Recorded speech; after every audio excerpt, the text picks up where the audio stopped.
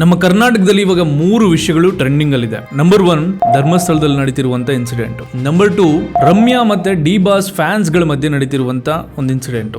Number 3 bullet Prakash ಮಗ ಮತ್ತೆ ಪ್ರಥಮ್ ಮಧ್ಯೆ ನಡೀತಿರುವಂತ ಒಂದು ಇನ್ಸಿಡೆಂಟ್. ಬಟ್ ನ್ಯೂಸ್ ಚಾನಲ್ಗಳನ್ನ ನೋಡೋದಕ್ಕೆ ಅಂತ ಹೋದಾಗ ನಿಮಗೆ ಮೈನ್ ಸ್ಟ್ರೀಮ್ ಮೀಡಿಯಾಗಳು ಎಷ್ಟು ಜನ ಲೈವ್ ಟೆಲಿಕಾಸ್ಟ್ ಮಾಡ್ತಾ ಇದ್ದಾರೆ ಅಂದರೆ ಧರ್ಮಸ್ಥಳದಲ್ಲಿ SIT ಮತ್ತು ಭೀಮಾ ಇಬ್ಬರು ಹೋಗಿ ಆ ಸ್ಥಳಗಳನ್ನೆಲ್ಲ ಪಾಯಿಂಟ್ ಮಾಡ್ತಾ ಇರೋದನ್ನ ಅಲ್ಲೇನೇನು ನಡೀತಿದೆ ಅಂತ ಹೇಳ್ಬಿಟ್ಟು ಡೀಟೇಲ್ ಆಗಿ ಯಾರು ಟೆಲಿಕಾಸ್ಟ್ ಮಾಡ್ತಾ ಇದ್ದಾರೆ.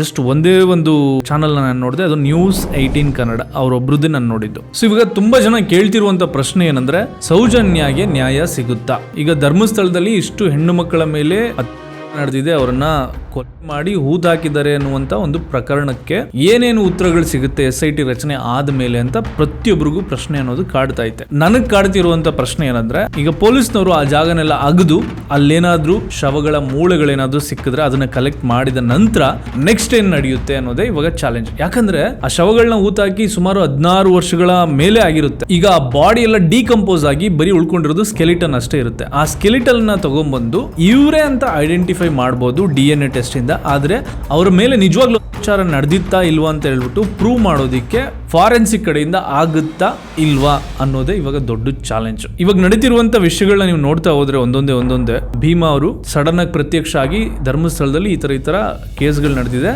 ಎಷ್ಟೋ ಅಪ್ರಾಪ್ತ ಬಾಲಕಿಯರ ಮೇಲೆ ನಡೆದಿದೆ, ಅವರುಗಳ ದೇಹವನ್ನು ನನ್ನ ಕೈಯಲ್ಲಿ ಹೂತಾಕ್ಸಿದ್ದಾರೆ ಅಂತ ಒಂದು ಅಲಿಗೇಷನ್ ಮಾಡಿದ್ದಾರೆ. ಭೀಮಾ ಬಂದು ಅಷ್ಟು ಧೈರ್ಯವಾಗಿ ಇದೇ ಜಾಗದಲ್ಲಿ ದೇಹಗಳಿದಾವೆ ಅಂತ ಪ್ರೂವ್ ಮಾಡೋದಿಕ್ಕೆ ಪೊಲೀಸ್ನವ್ರ ಜೊತೆಗೆ ಇನ್ನೂ ಇದ್ದಾರೆ ಅಂತಂದ್ರೆ ಪ್ರತಿಯೊಬ್ರು ಒಂದು ಚಾನ್ಸ್ ಕೊಟ್ಟು ಒಂದು ಸ್ವಲ್ಪ ತಾಳ್ಮೆಯಿಂದ ನೋಡ್ಲೇಬೇಕು. ಈಗ ಭೀಮಾ ಅವರು ಬಂದು ಸ್ಟೇಟ್ಮೆಂಟ್ ಕೊಟ್ಟ ನಂತರ ಹೋಮ್ ಮಿನಿಸ್ಟರ್ ಅವರು ಹೇಳ್ತಾರೆ ಇದಕ್ಕೆಲ್ಲ SIT ರಚನೆ ಮಾಡೋದಕ್ಕಾಗಲ್ಲ ಅಂತ ಹೇಳ್ಬಿಟ್ಟು ಇನಿಷಿಯಲಿ ಒಂದು ಸ್ಟೇಟ್ಮೆಂಟ್ ಬಂದಿರುತ್ತೆ. ಅದಾದ್ಮೇಲೆ CM ಅವರು ಕೂಡ ಹೇಳಿರ್ತಾರೆ SIT ರಚನೆ ಮಾಡಬೇಕು ಅನ್ನುವಂತ ಅವಶ್ಯಕತೆ ಬಂದ್ರೆ ಖಂಡಿತ ಮಾಡೋಣ ಅಂತ ಹೇಳಿರ್ತಾರೆ. ಇದು ಯಾವಾಗ ನ್ಯಾಷನಲ್ ಅಂಡ್ ಇಂಟರ್ನ್ಯಾಷನಲ್ ಲೆವೆಲ್ಗೆ ವೈರಲ್ ಆಗುತ್ತೋ ಅದಾದ ನಂತರ ಎಲ್ಲಾ ಮೀಡಿಯಾಗಳು ಧರ್ಮಸ್ಥಳದ ಕೇಸ್ ಬಗ್ಗೆ ಒಂದಲ್ಲ ಒಂದು ವಿಡಿಯೋನ ಮಾಡಿದ್ದಾರೆ. ಯಾವಾಗ ವಿಡಿಯೋಗಳನ್ನ ಮಾಡೋದಕ್ಕೆ ಸ್ಟಾರ್ಟ್ ಮಾಡಿದ್ರು ಅವಾಗ ಪೊಲಿಟಿಕಲ್ ಪ್ರೆಷರ್ ಸ್ಟಾರ್ಟ್ ಆಗುತ್ತೆ. ನಮ್ಮ ಕರ್ನಾಟಕದ ಸರ್ಕಾರದ ಮೇಲೆ ನೆಗೆಟಿವ್ ರಿಮಾರ್ಕ್ ಬರುತ್ತೆ ಅನ್ನೋ ಕಾರಣಕ್ಕೆ ಸರ್ಕಾರ ಏನ್ ಮಾಡುತ್ತೆ, ಒಂದು SIT ನ ರಚನೆ ಮಾಡುತ್ತೆ. SIT ನ ರಚನೆ ಮಾಡಿ ಪ್ರಾಮಿಸಿಂಗ್ SP ಗಳನ್ನ ಒಂದಷ್ಟು ತಂಡವನ್ನ ರಚನೆ ಮಾಡಿ ಈಗ ಭೀಮನನ್ನ ಕರ್ಕೊಂಡು ಹೋಗಿ ಆ ಸ್ಥಳಕ್ಕೆ ಧರ್ಮಸ್ಥಳದಲ್ಲಿ ಎಲ್ಲೆಲ್ಲಿ ಹೂತಾಕಿದ್ದೆ ನೀನು ತೋರ್ಸಪ್ಪ ಅಂತ ಹೇಳಿ ಆ ಜಾಗಗಳನ್ನ ಪಾಯಿಂಟ್ ಮಾಡಿ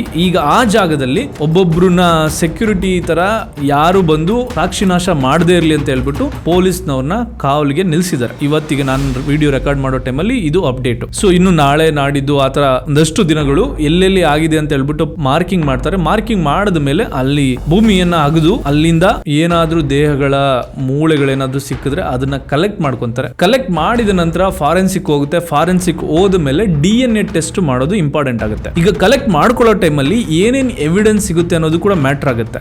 ಅಕಸ್ಮಾತ್ ಮೂಳೆಗಳೇನಾದ್ರೂ ಸಿಕ್ಕರೆ ಆಲ್ರೆಡಿ ಒಂದು ಸ್ಕೆಲಿಟನ್ ನ ತಗೊಂಡೋಗಿ ಭೀಮಾ ಒಪ್ಸಿದಾನೆ. ಈಗ ಆ ಜಾಗದಲ್ಲಿ ಹೋಗ್ಬಿಟ್ಟು ಸಾಯಿಲ್ ನ ಕಲೆಕ್ಟ್ ಮಾಡಿ ಆ ಭೀಮಾ ಕಲೆಕ್ಟ್ ಮಾಡ್ಕೊಂಡ್ಬಂದಂತ ಸ್ಕೆಲಿಟನ್ ಇದೇ ಜಾಗದಿಂದನ ಅಂತ ಒಂದ್ಸಲ ಪ್ರೂವ್ ಮಾಡ್ತಾರೆ. ಲೈಕ್ ಆಲ್ರೆಡಿ ಒಂದು ಕಲೆಕ್ಟ್ ಮಾಡ್ಕೊಂಡು ಹೋಗಿದ್ರಲ್ಲ ಅದನ್ನ ಪ್ರೂವ್ ಆಗ್ಬೇಕು.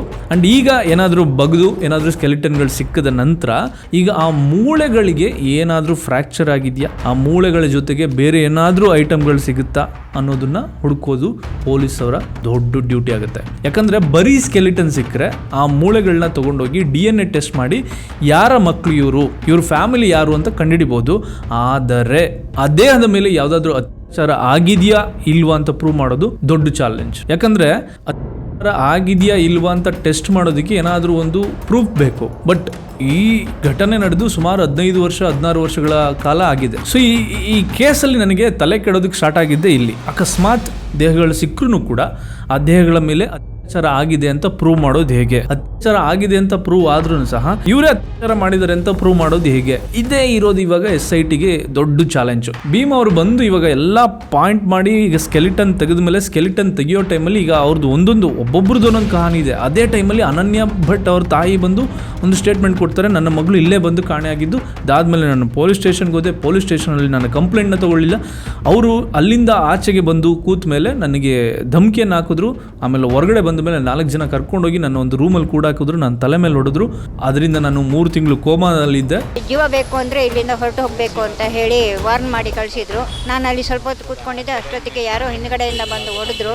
ವಾಪಸ್ ಬಂದು ನಾನು ಸಿಂಗಲ್ ಮದರ್ ಆಗಿದ್ದರಿಂದ ಎಷ್ಟೋ ಹೋರಾಟಗಳನ್ನ ಮಾಡಿದೆ. ನನಗೆ ಯಾವುದೇ ನ್ಯೂಸ್ಗಳ ಕಡೆಯಿಂದ, ಯಾವುದೇ ಪೊಲಿಟಿಕಲ್ ಕಡೆಯಿಂದ, ಯಾವುದೇ ಇಂಡಿವಿಜುವಲ್ ಆಗಿ ನಾನು ಎಷ್ಟೇ ಹೋರಾಟ ಮಾಡಿದ್ರು ನನಗೆ ಯಾವುದೇ ಸಪೋರ್ಟ್ ಸಿಗಲಿಲ್ಲ. ನನ್ನ ಮಗಳ ದೇಹದ ಮೂಳೆಗಳನ್ನ ಕೊಡಿ, ಅಂತ್ಯ ಸಂಸ್ಕಾರವನ್ನ ಮಾಡ್ತೀವಿ, ಆಕೆಯ ಆತ್ಮಕ್ಕೆ ಶಾಂತಿ ಸಿಗ್ಲಿ ಅಂತ ಅವ್ರದ್ದೊಂದೇ ಒಂದು ಬೇಡಿಕೆ ಇದೆ. ನಾನು ಯಾರನ್ನು ಬ್ಲೇಮ್ ಮಾಡ್ತಾ ಇಲ್ಲ ಅಂತ ಕೂಡ ಪಾಯಿಂಟ್ ಮಾಡ್ತಾ ಇದ್ದಾರೆ. ಇದನ್ನೆಲ್ಲ ನೀವು ನ್ಯೂಸ್ ಅಲ್ಲಿ ಖಂಡಿತ ನೋಡಿರ್ತೀರಾ. ಈಗ ಕರೆಂಟ್ಲಿ ಫಾರೆನ್ಸಿಕರ್ಗೆ ಏನಾದರೂ ಆ ಮೂಳೆಗಳೇನಾದರೂ ಸಿಕ್ಕಿದ್ರೆ ಆ ಮೂಳೆಗಳನ್ನೆಲ್ಲ ತಗೊಂಡೋಗಿ, ಮೂಳೆ, ಕೂದಲು ಅಥವಾ ಹಲ್ಲು, ಈ ಮೂರಲ್ಲಿ ಏನೇ ಸಿಕ್ಕಿದ್ರು ಅದನ್ನ ತಗೊಂಡೋಗ್ಬಿಟ್ಟು ಅವರು ಮೈಟೋಕಾಂಡ್ರಿಯಲ್ DNA ಟೆಸ್ಟ್ ನ ಮಾಡಿದ್ಮೇಲೆ ಅವರಿಗೆ ಯಾರ ಫ್ಯಾಮಿಲಿಗೆ ಬಿಲಾಂಗಿಂಗ್ ಆಗಿದ್ದು ಅಂತ ಕಂಡುಹಿಡಿಬಹುದು. ಅದಲ್ಲದೆ ಇನ್ನು 2 ಟೆಸ್ಟ್ಗಳಿದೆ. ಒಂದು ಟಚ್ ಅಥವಾ ಟ್ರೇಸ್ DNA, ಇನ್ನೊಂದು ವೈ ಕ್ರೋಮೋಸೋಮ್ DNA ಅಂತ ಇದೆ. ಈ 3 DNA ಟೆಸ್ಟ್ ಮಾಡುವಂತ ಅವಶ್ಯಕತೆ ಖಂಡಿತ ಇದೆ. ಬಟ್ ಇಲ್ಲಿ ಚಾಲೆಂಜ್ ಏನಂದ್ರೆ, ಈಗ ಮೈಟೋಕಾಂಡ್ರಿಯಲ್ DNA ಟೆಸ್ಟ್ ನ ಮಾಡಿದ ನಂತರ ಈ ದೇಹ ಯಾರ ಫ್ಯಾಮಿಲಿಗೆ ಬಿಲಾಂಗಿಂಗ್ ಅಂತ ಹೇಳ್ಬಿಟ್ಟು ಕಂಡುಹಿಡಿಬಹುದು. ಆ ಸ್ಕೆಲಿಟನ್ ಮೂಳೆಗಳ ಮೇಲೆ ಯಾವುದಾದ್ರೂ ಫೋರ್ಸಿಬಲಿ ಏನಾದ್ರೂ, ಈಗ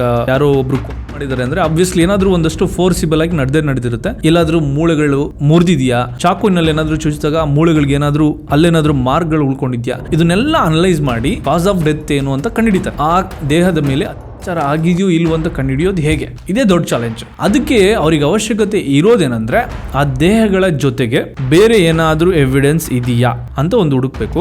ಅಂಡ್ ಆಲ್ಸೋ ಆ ದೇಹ ಯಾರ್ದು ಅಂತ ಕಂಡುಹಿಡಿದ ನಂತರ ಯಾರಾದ್ರೂ ವಿಟ್ನೆಸ್ ಆ ಟೈಮಲ್ಲಿ ನೋಡಿರೋರು ಬಂದು ಕೋರ್ಟ್ ಮುಂದೆ ನಿಂತ್ಕೋಬೋದಾ, ಪೊಲೀಸ್ನವ್ರ ಮುಂದೆ ನಿಂತ್ಕೋಬೋದಾ ಗೊತ್ತಿಲ್ಲ. ಬಟ್ ಇವಾಗ SIT ಅವರು ಏನ್ ಮಾಡಬೇಕು ಅಂತ ತುಂಬಾ ತಜ್ಞರುಗಳು ಹೇಳ್ತಿರುವಂತ ಒಂದು ಮಾತೇನಂದ್ರೆ, ಒಂದು ಹೆಲ್ಪ್ ಲೈನ್ ನಂಬರ್ನ ಸೆಟ್ ಮಾಡಬೇಕು. ಆ ಹೆಲ್ಪ್ ಲೈನ್ ನಂಬರ್ನ ಸೆಟ್ ಮಾಡಿ ಯಾರದೇ ಕಾಲ್ ಬಂದ್ರು ಅದು ಅನಾನಿಮಸ್ ಆಗಿ ನಾವು ಯಾವುದೇ ಇನ್ಫಾರ್ಮೇಶನ್ ಲೀಕ್ ಮಾಡಲ್ಲ ಅಂತ ಒಂದು ಪ್ರಾಮಿಸ್ ಮಾಡಿ ಅವ್ರಗಳ ಕಡೆಯಿಂದ ಏನಾದರೂ ಇನ್ಫಾರ್ಮೇಶನ್ ಬಂದಿದ್ದನ್ನ ಕಲೆಕ್ಟ್ ಮಾಡೋದು ತುಂಬಾನೇ ಅವಶ್ಯಕತೆ ಇದೆ ಇತ್ತೀಚೆಗೆ ಅಂತ ಹೇಳ್ತಿದ್ದಾರೆ. ಸೊ ಇವಾಗ ಸ್ಕೆಲಿಟನ್ನ ಕಲೆಕ್ಟ್ ಮಾಡಿದ್ಮೇಲೆ DNA ಟೆಸ್ಟ್ ಮಾಡಿ ಯಾರು ಅಂತ ಕಂಡಿಡಿದ ಮೇಲೆ ಅವ್ರಿಗೆ ಬಿಲಾಂಗಿಂಗ್ ಏನಾದರೂ ಇದೆಯಾ ಅಂತ ತಗೊಂಡ ಮೇಲೆ ಇನ್ನೆರಡು ಟೆಸ್ಟ್ಗಳನ್ನ ಮಾಡ್ಬೋದು. ಆ 2 ಟೆಸ್ಟ್ಗಳೇನೇನು, ಒಂದು ಟಚ್ DNA ಅಥವಾ ಟಚ್ ಅಥವಾ ಟ್ರೇಸ್ DNA, ಎರಡನೇದು ವೈ ಕ್ರೋಮೋಸೋಮ್ DNA. ಇದೆರಡು ನಡೆಸಿದ್ರು ಪ್ರೂಫ್ ಸಿಗುತ್ತೆ ಅನ್ನೋ ಗ್ಯಾರಂಟಿ ತುಂಬಾನೇ ಕಮ್ಮಿ. ಇದೇ ಸತ್ಯ. ಕೃತ್ಯವನ್ನು ಮಾಡಿದವರ ಉಗುರುಗಳೇನಾದ್ರೂ ಇದ್ರೆ, ಆ ದೇಹದ ಮೇಲೆ ಉಗುರುಗಳೇನಾದ್ರೂ ಇದ್ರೆ, ಇಂಥ ಎವಿಡೆನ್ಸ್ಗಳು ಸಿಕ್ಕರೆ ಪೊಲೀಸ್ನವ್ರಿಗೆ ಈ ಕೇಸ್ನ ಸಾಲ್ವ್ ಮಾಡೋದಕ್ಕೆ ಸ್ವಲ್ಪ ಈಸಿ ಆಗುತ್ತೆ. ಬಟ್ 16 ಇಯರ್ಸ್ ಅಂದ್ರೆ ನೀವೇ ಯೋಚನೆ ಮಾಡಿ, ಆ ದೇಹಗಳನ್ನ ಹೂತ ಹಾಕಿರುವಂತ ಜಾಗದಲ್ಲಿ ಆ ದೇಹ ಎಲ್ಲ ಡಿಕಂಪೋಸ್ ಆಗಿ ಬರೀ ಮೂಳೆಗಳಿರುತ್ತೆ. ಆ ಮೂಳೆಗಳನ್ನ ಇಟ್ಕೊಂಡು ಕೇಸ್ನ ಸಾಲ್ವ್ ಮಾಡೋದು ದೊಡ್ಡ ಚಾಲೆಂಜ್. ಈ ಥರ ಇನ್ಸಿಡೆಂಟ್ಗಳು ನಮ್ಮ ಓಲ್ ವರ್ಲ್ಡಲ್ಲಿ ಬೇರೆ ಕಡೆ ಎಲ್ಲಾದರೂ ನಡೆದಿದೆಯಾ ಅಂತ ರಿಸರ್ಚ್ ಮಾಡಬೇಕಾದ್ರೆ, ಈ ಥರ ಕೇಸ್ಗಳನ್ನ ಯಾರಾದರೂ ಬೇರೆ ದೇಶದಲ್ಲಿ ಸಾಲ್ವ್ ಮಾಡಿದಾರೆ ಅಂತ ಹುಡುಕ್ಬೇಕಾದ್ರೆ ರೊಮಾನಿಯಾದು ಒಂದು ಕೇಸು ಸಾಲ್ವ್ ಆಗಿರುವಂಥ ಒಂದು ಹಿಸ್ಟ್ರಿ ಸಿಗುತ್ತೆ. ಸುಮಾರು 26 ವರ್ಷಗಳ ನಂತರ ಆ ಕೇಸ್ನ ಪ್ರೂವ್ ಮಾಡ್ತಾರೆ. ಈತನೇ ಒಂದು ಹೆಣ್ಣಿನ ಮೇಲೆ ಮಾಡಿ ಆಕೆಯನ್ನು ಕೊಲೆ ಮಾಡಿ ಹೂತಾಕಿದ್ದು ಅಂತ ಹೇಳ್ಬಿಟ್ಟು. ಆ ಕೇಸ್ನ ಸಾಲ್ವ್ ಮಾಡೋದಕ್ಕೆ ಯೂಸ್ ಆಗಿದ್ದು ಹೆಣ್ಣು ಮಗಳು ವೇರ್ ಮಾಡಿದಂತ ಬ್ರಾ. 1995 ನಲ್ಲಿ ರೊಮಾನಿಯಾದಲ್ಲಿ ಒಂದು ಯಂಗ್ ವುಮನ್ ಮೇಲೆ ಆಗಿರುತ್ತೆ. ಈಗ ಮಾಡಿದಂಥ ವ್ಯಕ್ತಿ ಯಾರು ಅಂತ ಕಂಡುಹಿಡಿಯೋದಕ್ಕೆ ಆ ಟೈಮಲ್ಲಿ 1995 ನಲ್ಲಿ ಸಾಧ್ಯ ಆಗಿರೋದಿಲ್ಲ. ಆದರೆ ಸುಮಾರು 26 ವರ್ಷಗಳ ನಂತರ ಸಾಧ್ಯ ಆಗುತ್ತೆ. ಅದು ಸಾಧ್ಯ ಆಗೋದಕ್ಕೆ ಕಾರಣ ಯಾರು ಅಂದರೆ, ಆ 1995 ನಲ್ಲಿ ಪೊಲೀಸ್ನವರು ಆ ಕೇಸನ್ನ ಇನ್ವೆಸ್ಟಿಗೇಷನ್ ಮಾಡಿ ಅಲ್ಲಿ ಸಿಕ್ಕಂಥ ಎವಿಡೆನ್ಸ್ಗಳನ್ನ ಕಲೆಕ್ಟ್ ಮಾಡಿ ಫಾರೆನ್ಸಿಕ್ ಒಳಗಡೆ ಸ್ಟೋರ್ ಮಾಡಿ ಇಟ್ಟಿದ್ರಲ್ಲ, ಅದು ಕಾರಣ ಆಗುತ್ತೆ. This is one of the rarest of the rare case ಅಂತ ಹೇಳ್ತಾರೆ. ಈಗ ಆ ಹೆಣ್ಣು ವೇರ್ ಮಾಡಿದಂಥ ಬ್ರಾ ಮೇಲೆ ಈ ಹುಡುಗ ಅಂದ್ರೆ ಯಾರು ಕೃತ್ಯವನ್ನು ಎರಗಿರ್ತಾನೆ ಆತನ ಫಿಂಗರ್ ಪ್ರಿಂಟ್ ಇರುತ್ತೆ, ಟಚ್ DNA.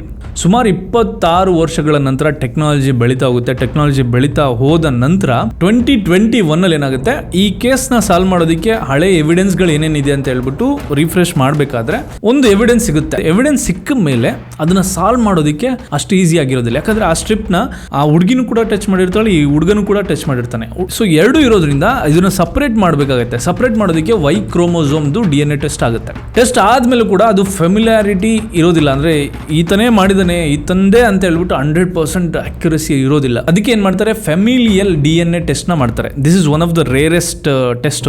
ಆ ಟೆಸ್ಟ್ ಯೂಶುವಲಿ ಏನಂತ ಮೆನ್ಷನ್ ಮಾಡುತ್ತೆ ಅಂದ್ರೆ, ಒಬ್ಬ ಪರ್ಸನ್ದು ಫ್ಯಾಮಿಲಿನಲ್ಲಿ ಒಂದಷ್ಟು DNA ಶೇರ್ ಆಗ್ತಾ ಇರುತ್ತೆ. ಈ ಪರ್ಸನ್ದು DNA ಚೆಕ್ ಮಾಡಿದಾಗ ಮ್ಯಾಚಿಂಗು ಒಂದು 50% ಲೆಸ್ ದನ್ 50% ಆ ಥರ ಇರುತ್ತೆ. ಅವಾಗ ಆ ಫ್ಯಾಮಿಲಿನಲ್ಲಿ ಬಿಲಾಂಗಿಂಗ್ ಇರೋರ್ನ ಅವ್ರದ್ದುಗಳು ಟೆಸ್ಟ್ ಮಾಡಿದಾಗ ಗೊತ್ತಾಗುತ್ತೆ ಈ ಫ್ಯಾಮಿಲಿನಲ್ಲಿ ಇರುವಂತ ಪರ್ಸನ್ ಅಲ್ಲಿ ಯಾರೋ ಒಬ್ಬ ಮಾಡಿದಾನೆ ಅಂತ ಹೇಳ್ಬಿಟ್ಟು. ಅದಾದ್ಮೇಲೆ ಅವ್ರು ಏನ್ ಮಾಡ್ತಾರೆ, ಪಾಯಿಂಟ್ ಔಟ್ ಮಾಡ್ತಾರೆ, ಹೆಣ್ಣು ಓಡಾಡ್ತಿದ್ದಂಥ ಜಾಗದಲ್ಲಿ ಯಾರು ಇದ್ರು, ಆ ಜಾಗದಲ್ಲಿ ಯಾರು ಸ್ಟೇ ಆಗಿದ್ರು ಆ ಟೈಮಲ್ಲಿ ಅಂತ ಹೇಳ್ಬಿಟ್ಟು ಎಲ್ಲ ಹುಡುಕಿ ಆಫ್ಟರ್ 26 ಇಯರ್ಸ್ ಆ ಕೊಲೆಗಾರನನ್ನ ಕಂಡಿಡಿದು ಆತನಿಗೆ ಶಿಕ್ಷೆಯನ್ನ ಕೊಡ್ತಾರೆ. ಸೊ ಬಟ್ ಇಲ್ಲಿ ಧರ್ಮಸ್ಥಳದ ಸಿಚುವೇಶನ್ ಅಲ್ಲಿ ಆ ರೀತಿ ಯಾವ್ದಾನ ಒಂದಷ್ಟು ಎವಿಡೆನ್ಸ್ ಸಿಕ್ಕಿದ್ರೆ ಪೊಲೀಸ್ನವ್ರು ಏನಾದರೂ ಕಲೆಕ್ಟ್ ಮಾಡಿ ಇಟ್ಟಿದ್ರೆ ಚಾನ್ಸಸ್ ಇದೆ. ಬಟ್ ಅವಾಗಲೇ ಇಟ್ಟಿದ್ರೆ CBI ನವರು ಈ ಕೇಸ್ನ ಸಾಲ್ವ್ ಮಾಡಿಬಿಟ್ಟಿರೋರು ಸೌಜನ್ಯ ಕೇಸಲ್ಲಿ. ಇಲ್ಲಿ ತುಂಬ ಜನ ಕೇಳ್ತಿರುವಂಥ ಪ್ರಶ್ನೆ ಏನಂದರೆ ಸೌಜನ್ಯ ಕೇಸಲ್ಲಿ ಏನಾಗುತ್ತೆ ಅಂತ ಹೇಳ್ಬಿಟ್ಟು ನನಗೂ ಕೂಡ ಕಾಡ್ತಿದೆ. ಸೌಜನ್ಯ ಕೇಸಲ್ಲಿ ಏನೇನು ಆಗಬಹುದು ಅಂತ ಹೇಳ್ಬಿಟ್ಟು ಇದುವರೆಗೂ ಏನೇನು ನಡೆದಿದೆ ಅಂತ ನಿಮ್ಮೆಲ್ಲರಿಗೂ ಗೊತ್ತಿದೆ. ಅದ್ರ ಬಗ್ಗೆ ನಾನು ಮತ್ತೆ ಮಾತಾಡಿ ಈ ವಿಡಿಯೋನ ಲೆಂತ್ನ ಮಾಡೋದಕ್ಕೆ ಇಷ್ಟಪಡೋದಿಲ್ಲ. ಬಟ್ ಈಗ ಯಾರಾದರೂ ಧೈರ್ಯ ಮಾಡಿ ವಿಟ್ನೆಸ್ ಯಾರಾದರೂ ಮುಂದೆ ಬಂದರೆ ಚಾನ್ಸಸ್ ಇದೆ. ಎರಡನೇದು, ಈ ಸತ್ತಂಥ ದೇಹಗಳು ಮೂಳೆ ಮತ್ತು ಸೌಜನ್ಯ ಕೇಸಲ್ಲಿ ಏನಾದರೂ ಅವ್ರು ಕಲೆಕ್ಟ್ ಮಾಡಿದಂಥ ಕೆಲವು ವಿಷಯಗಳನ್ನ ಪೊಲೀಸ್ನವ್ರು ಕಲೆಕ್ಟ್ ಮಾಡಿರ್ತಾರಲ್ಲ ಆ ವಿಷಯಗಳನ್ನ ಏನಾದರೂ ಕೋರಿಲೇಟ್ ಆದರೆ ಚಾನ್ಸಸ್ ಇದೆ. ಇದಷ್ಟು ಸಿಂಪಲ್ ಕೇಸ್ ಅಲ್ಲ. ಕೃತ್ಯ ಮಾಡಿರುವಂಥ ವ್ಯಕ್ತಿಗೆ ಕಠಿಣ ಕಾರಾಗೃಹ ಶಿಕ್ಷೆ ಏನಾದರೂ ಆಯಿತು ಅಂದರೆ ಪ್ರಪಂಚದಲ್ಲೇ ಒಂದು ಹಿಸ್ಟ್ರಿ ಕ್ರಿಯೇಟ್ ಆಗುತ್ತೆ. ಟ್ರಸ್ಟ್ ಮೀ, ಪ್ರಪಂಚದಲ್ಲೇ ಒಂದು ಹಿಸ್ಟ್ರಿ ಕ್ರಿಯೇಟ್ ಆಗುತ್ತೆ. ಯೂಶಲಿ ಈ US ಮತ್ತು ಬೇರೆ ಅದರ್ ಕಂಟ್ರೀಸ್ಗಳಲ್ಲಿ ನೀವೇನಾದರೂ ನೋಡಿದ್ರೆ ಸೀರಿಯಲ್ ಕಿಲ್ಲರ್ಸ್ಗಳಿರ್ತಾರೆ, ಸೈಕೋ ಕಿಲ್ಲರ್ಸ್ಗಳಿರ್ತಾರೆ. ಅವ್ರಗಳಿಗೆ ಕೆಲವು ವಿಷಯಗಳು ಇಷ್ಟ ಆಗದೆ ಇರೋ ಕಾರಣಕ್ಕೆ ಅದನ್ನ ಮಾಡ್ತಾ ಇರ್ತಾರೆ. ಇದೇ ರಿಸರ್ಚ್ ಮಾಡ್ಬೇಕಾದ್ರೆ ಅಮೆರಿಕದಲ್ಲಿ ಏನಾಗುತ್ತೆ, ಒಬ್ಬ ವ್ಯಕ್ತಿ ಡೇ ಟೈಮಲ್ಲಿ ಒಂದು ಸ್ಕೂಲಲ್ಲಿ ಮಾನಿಟರ್ ವರ್ಕ್ ಮಾಡ್ತಾ ಇರ್ತಾನೆ, ನೈಟ್ ಟೈಮಲ್ಲಿ ಒಂದು ಸೈಕೋ ಕಿಲ್ಲರ್ ತರ ಆಕ್ಟ್ ಮಾಡ್ತಾ ಇರ್ತಾನೆ. ಆತನ ಟಾರ್ಗೆಟ್ ಯಾರು ಇರ್ತಾರೆ ಅಂದ್ರೆ ಈ ಪ್ರಾಸ್ಟಿಟ್ಯೂಟ್ ಅಲ್ಲಿ ವರ್ಕ್ ಮಾಡ್ತಾ ಇರ್ತಾರಲ್ಲ ವುಮೆನ್ಸ್ಗಳು, ಅವರು ಈಸಿ ಕ್ಯಾಚ್. ಅವರಿಗೆ ದುಡ್ಡಿನ ಆಮಿಷ ತೋರಿಸಿ ಅವ್ರನ್ನ ಕರ್ಕೊಂಡೋಗಿ ಫಿಸಿಕಲಿ ಅಸಾಲ್ಟ್ ಮಾಡಿ ಅವ್ರಗಳನ್ನ ಹಿಂಸೆ ಕೊಟ್ಟು ಒಂದು ರಿಲೇಟಿವ್ಸ್ ಹೌಸ್ ಅಲ್ಲಿ ಕೊಂದು ಅವ್ರಗಳನ್ನ ನೇತ್ ಹಾಕಿ ಸ್ವಲ್ಪ ದಿನಗಳ ನಂತರ ಅವ್ರಗಳನ್ನ ಹೂತಾಗ್ತಿದ್ನಂತೆ ಆ ಮನೆ ಸುತ್ತಮುತ್ತ. ಆತ ಆಲ್ರೆಡಿ ಆ ದೇಹನ ಸ್ವಲ್ಪ ದಿನ ಇಟ್ಟಿರ್ತಾನಲ್ಲ, ಅದೇ ಕಾರಣಕ್ಕೆ ಆ ಬಾಡಿಯ ಮೇಲೆ ಟಚ್ DNA ಎಲ್ಲ ಮಾಡಿದಾಗ ಕೆಲವು ಇನ್ಫಾರ್ಮೇಶನ್ ಸಿಗುತ್ತೆ. ಆ ಹುಡುಗಿಯ ಬಿಲಾಂಗಿಂಗ್ಸ್ ಅದನ್ನೆಲ್ಲ DNA ಟೆಸ್ಟ್ ಮಾಡಿದಾಗ ಈತನೇ ಮಾಡಿರೋದು ಅಂತ ಈಸಿಯಾಗಿ ಕಂಡುಹಿಡಿತಾರೆ. ಬಟ್ ಈ ಕೇಸಲ್ಲಿ ಯಾಕೆ ಈತ ಈ ರೀತಿ ಮಾಡ್ದ ಅಂತ ಕೇಳಿದಾಗ ಆತನಿಗೆ ಈ ಪ್ರಾಸ್ಟಿಟ್ಯೂಟ್ ಅಲ್ಲಿ ವರ್ಕ್ ಮಾಡ್ತಿರುವಂಥ ವುಮೆನ್ಸ್ಗಳನ್ನ ಕಂಡ್ರೆ ಆಗ್ತಿರೋದಿಲ್ವಂತೆ. ಸೊ ಒಂದು ರೀತಿ ಸೈಕೋ ಕಿಲ್ಲರ್, ಸೀರಿಯಲ್ ಕಿಲ್ಲರ್, ಇನ್ನೊಂದು ರೀತಿ ಪವರ್, ದುಡ್ಡಿರೋರು, ಒಂದು ಮದ ಅಂದ ಏನು ಮಾಡಿದ್ರು ನನ್ನನ್ನು ಕಾಪಾಡೋದಕ್ಕೆ ದೊಡ್ಡ ತಲೆ ಯಾರೋ ಇದ್ದಾನೆ ಅನ್ನೋ ರೀತಿ ಒಂದು ಮದ ಇರುತ್ತೆ. ಫೈನಲ್ ಆಗಿ ಒಂದು ಮಾತು ಹೇಳೋದಕ್ಕೆ ಇಷ್ಟಪಡ್ತೇನೆ. ಈ ಕೇಸಲ್ಲಿ ಈಗ SIT ರಚನೆ ಆದ ಮೇಲೆ ಒಂದು ಪ್ರಾಮಿನೆಂಟ್ SP-ಗಳು ಅವರ ಡ್ಯೂಟಿನ ಮಾಡ್ತಾ ಇದ್ದಾರೆ. ಅವರ ಮೇಲೆ ಒಂದಷ್ಟು ನಂಬಿಕೆನ ಇಟ್ಟು, ಇವಾಗಿರುವಂತ ಸರ್ಕಾರದ ಮೇಲೆ ಒಂದಷ್ಟು ನಂಬಿಕೆನ ಇಟ್ಟು ಜನಗಳು ಕಾದು ಕೂತಿದ್ದಾರೆ. ಇವ್ರೇನಾದ್ರೂ ನಿಯತ್ತಾಗಿ ಟ್ರಾನ್ಸ್ಪರೆಂಟ್ ಆಗಿ ಇನ್ವೆಸ್ಟಿಗೇಷನ್ ನಡೆದ್ರೆ ಮೋಸ್ಟ್ಲಿ ಒಂದು ಚಾನ್ಸಸ್ ಇದೆ. ಬಟ್ ಅದ್ರ ಮಧ್ಯೆ ಏನಾದರೂ ಬೇರೆ ಇನ್ನೊಂದು ನ್ಯೂಸ್ಗಳ ಹೈಲೈಟ್ ಆಗಿ ಇದನ್ನ ಶ್ಯಾಡೋ ಒಳಗಡೆ ಕೂರಿಸಿ ಇದ್ರ ಮೇಲೆ ಮಣ್ಣು ಮುಚ್ಚಿ ಈ ನ್ಯೂಸ್ ಮತ್ತೆ ಈ ಬೇರೆ ಯಾವುದೇ ನ್ಯೂಸ್ ಚಾನಲ್ಗಳಲ್ಲಿ ಬರ್ದೇ ಇರೋ ರೀತಿ ನೋಡ್ಕೊಳ್ಳುವಂಥ ಪ್ರಯತ್ನಗಳು ತುಂಬಾ ನಡೀತಾ ಇದೆ. ಇತ್ತೀಚೆಗೆ ನೀವು ನೋಡಿದ್ರಲ್ಲ, ಡಿ-ಬಾಸ್ ಅನ್ನೋ ಒಂದು ಹೆಸರು ಬಂದರೆ ಸಾಕು, ಒಂದು ಸಣ್ಣದು ಇದಾದರೆ ಸಾಕು, ಎಲ್ಲ ಮೀಡಿಯಾಗಳು ಅದೇ 24/7 ಅದ್ರ ಬಗ್ಗೆನೇ ಮಾತಾಡ್ತಾರೆ. ಅದ್ರ ಮಧ್ಯೆ ಇನ್ನೊಂದು ಯಾವುದೋ ಪ್ರಥಮ್ ಒಂದು ಸ್ಟೇಟ್ಮೆಂಟ್ ಕೊಟ್ಟ, ಅವನೊಂದು ಸ್ಟೇಟ್ಮೆಂಟ್ ಕೊಟ್ಟ, ಇದೇ ನಾನ್ ಸೆನ್ಸ್, ಯಾರಿಗೂ ಯೂಸ್ ಆಗದೆ ಇರುವಂಥದ್ದು. ಜಗಳ ಆಡ್ಕೊಂಡ್ರೆ ಆಡ್ಕೊಳ್ಳಿ ಬಿಡಿ, ಅವ್ರಿಗೇನೋ ಆಯ್ತು ಅಂದ್ರೆ ಆಗಲಿ ಬಿಡಿ, ಲೀಗಲ್ ಆಗಿ ಅವ್ರು ನೋಡ್ಕೊಂತಾರೆ. ಮೀಡಿಯಾಗಳೆಲ್ಲ ಏನು ಯಾವ ರೀತಿ ಫಂಕ್ಷನ್ ಮಾಡ್ತಿದೆ ಅಂತ ಪ್ರತಿಯೊಬ್ಬರಿಗೂ ಗೊತ್ತಿದೆ. ನೀವುಗಳೆಲ್ಲ ಮೇನ್ ಸ್ಟ್ರೀಮ್ ಮೀಡಿಯಾಗಳಿಗಿಂತ ಹೆಚ್ಚಾಗಿ ಇವಾಗ ಯೂಟ್ಯೂಬರ್ಸ್ ಮೇಲೆ ಒಂದು ನಂಬಿಕೆನ ಇಟ್ಟಿದ್ದಾರೆ. ಯಾಕಂದ್ರೆ ಯೂಟ್ಯೂಬರ್ಸು ಮೇನ್ ಸ್ಟ್ರೀಮ್ ಮೀಡಿಯಾಗಳು ಮಾಡುತ್ತಾ ಇಲ್ಲ ಅಂತ ಹೇಳ್ಬಿಟ್ಟು. ಇತ್ತೀಚೆಗೆ ಒಂದು ಯೂಟ್ಯೂಬರ್ ಒಬ್ಬ ಅದ್ರನ್ನ ಹೆಸರು ಹೇಳ್ಕೊಂಡು ನಾನು ಪಾದಯಾತ್ರೆ ಹೋಗ್ತಾ ಇದ್ದೀನಿ ಅಂತ ಹೇಳ್ಕೊಂಡು ಅದೇನೇನೋ ಮಾಡೋಕ್ಕೋಗಿ ಏನೇನೋ ಆಗಿ ಯೂಟ್ಯೂಬರ್ಸ್ ಮೇಲೆ ಒಂದು ಸ್ವಲ್ಪ ರೆಸ್ಪೆಕ್ಟ್ ಇದೆ, ಒಂದು ಗೌರವ ಇದೆ, ಒಂದು ನಂಬಿಕೆ ಇದೆ. ಅದನ್ನ ಉಳಿಸ್ಕೊಳ್ಳುವಂತ ಪ್ರಯತ್ನ ಮಾಡಿ. ದಯವಿಟ್ಟು ಬೇರೆ ಯಾವುದೇ ಒಂದು ಆಮಿಷಗಳಿಗೆ ಕೈ ಇಡೋಕೆ ಹೋಗ್ಬಿಡಿ. ಇನ್ ಕೆಲವು ಕಿರಿಕ್ ಅದು ಇದು ಎಲ್ಲ ನಡೀತಾ ಇದೆ, ಅರ್ಥ ಆಯ್ತು ಅಂತ ಅನ್ಕೊಂತೀನಿ. ಒಂದಲ್ಲ ಒಂದು ದಿನ ನ್ಯಾಯ ಗೆದ್ದೇ ಗೆಲ್ಲುತ್ತೆ ಅನ್ನುವಂಥ ಒಂದು ನಂಬಿಕೆ. ಬಟ್ ಇನ್ನೊಂದು ಕಡೆ ಹಣ ಮತ್ತು ಅಧಿಕಾರ ಇದೆ, ಈ ನ್ಯಾಯನ ಎಲ್ಲಿ ತುಳಿದಾಕುತ್ತೋ ಅನ್ನುವಂಥ ಒಂದು ಭಯನೂ ಇದೆ. ಕಾದು ನೋಡೋಣ, ಒಂದು ಶಕ್ತಿ ಖಂಡಿತ ಎಲ್ಲರಿಂದ ಇದೆ, ನ್ಯಾಯ ಸಿಗುತ್ತೆ ಅನ್ನೋದು ಎಲ್ಲರ ನಂಬಿಕೆ. ಆ ನಂಬಿಕೆ ಒಂದಲ್ಲ ಒಂದು ದಿನ ನಿಜ ಆಗುತ್ತೆ ಅನ್ನೋದಷ್ಟೇ ನನ್ನ ಈ ಮಾತು. Thank you. ಪೀಸ್.